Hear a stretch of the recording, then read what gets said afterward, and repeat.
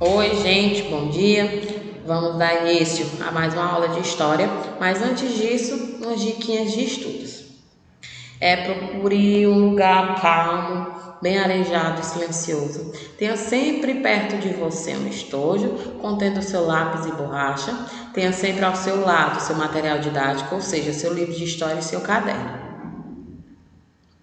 Hoje nós vamos novamente falar do ciclo da mineração, porque eu dividi em etapas e hoje a gente vai falar sobre a Guerra dos Mascates, ok?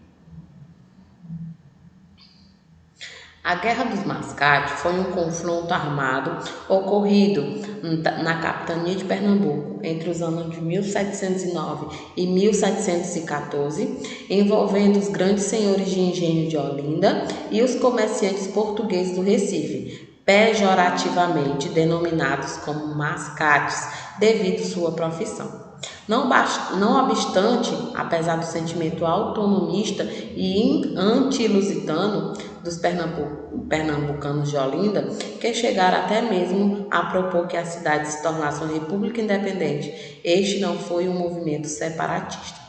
Contudo, não há consenso em afirmar que seja um movimento nativista, uma vez que os mascates envolvidos na disputa eram predominantemente comerciantes portugueses.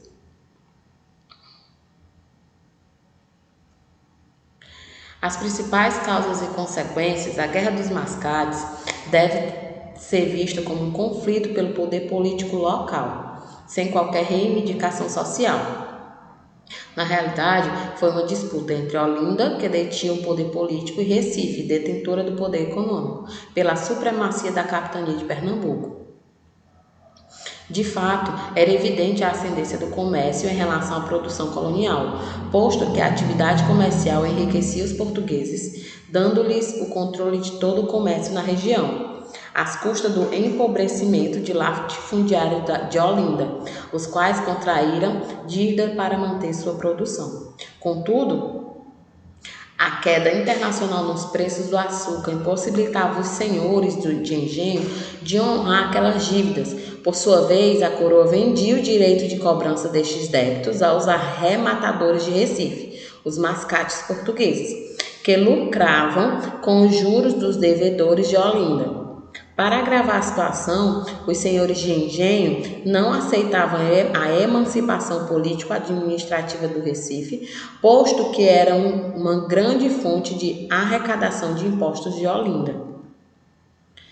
A partir de 1654, quando teve início a expulsão dos holandeses, os senhores de engenho ficaram sem capitais para investimentos e, para piorar, os mesmos batavos que foram expulsos passaram a produzir açúcar nas Antilhas, concorrendo com o açúcar brasileiro e provocando uma queda nos preços do produto no mercado internacional.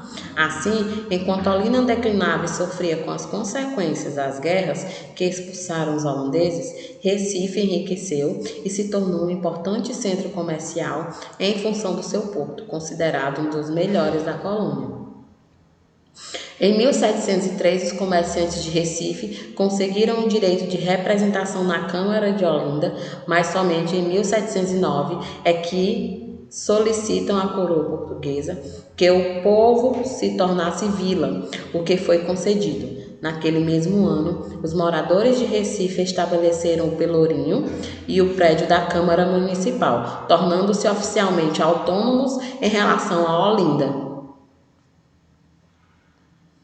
Porém, em 1710, sob a liderança de Bernardo Vieira de Melo e do capitão-mor Pedro Ribeiro da Silva, os inconformados senhores de engenho de Olinda, alegando que Recife não respeitava as fronteiras entre as comarcas, invadiram a cidade dos Mascates, destruindo Pelourinho e libertaram os presos. Em 1711, os mascates se reagruparam e contra-atacam, invadindo Olinda e forçando os senhores de engenho a se refugiarem. Neste mesmo ano, a metrópole nomeia um novo governador, para a capitania e envia tropas para pôr fim ao conflito e prender os líderes da rebelião. No ano seguinte, em 1712, Recife torna-se a sede administrativa de Pernambuco.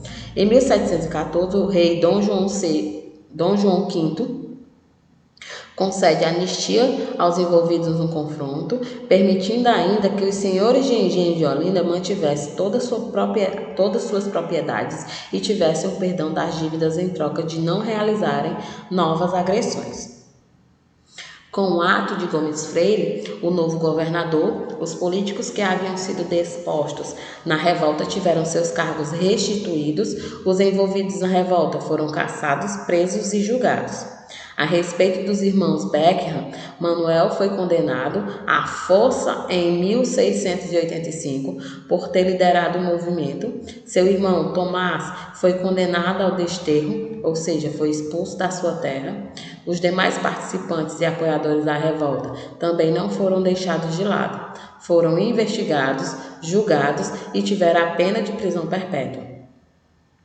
A companhia foi desfeita, no entanto, os missionários continuaram com suas atividades na região garantidas pela coroa. Só adiante, na administração pombalina, houve uma sistemática perseguição metropolitana aos religiosos.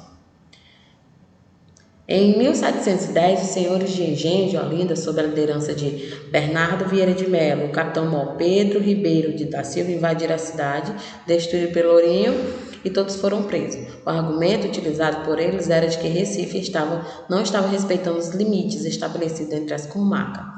Em 1711 foi feito o contra-ataque. Os mascates organizaram para atacar Olinda, obrigando os senhores de engenho a recuar. No mesmo ano, a coroa nomeou Félix José Machado como governador da capitania e enviou tropas para conter os revoltosos.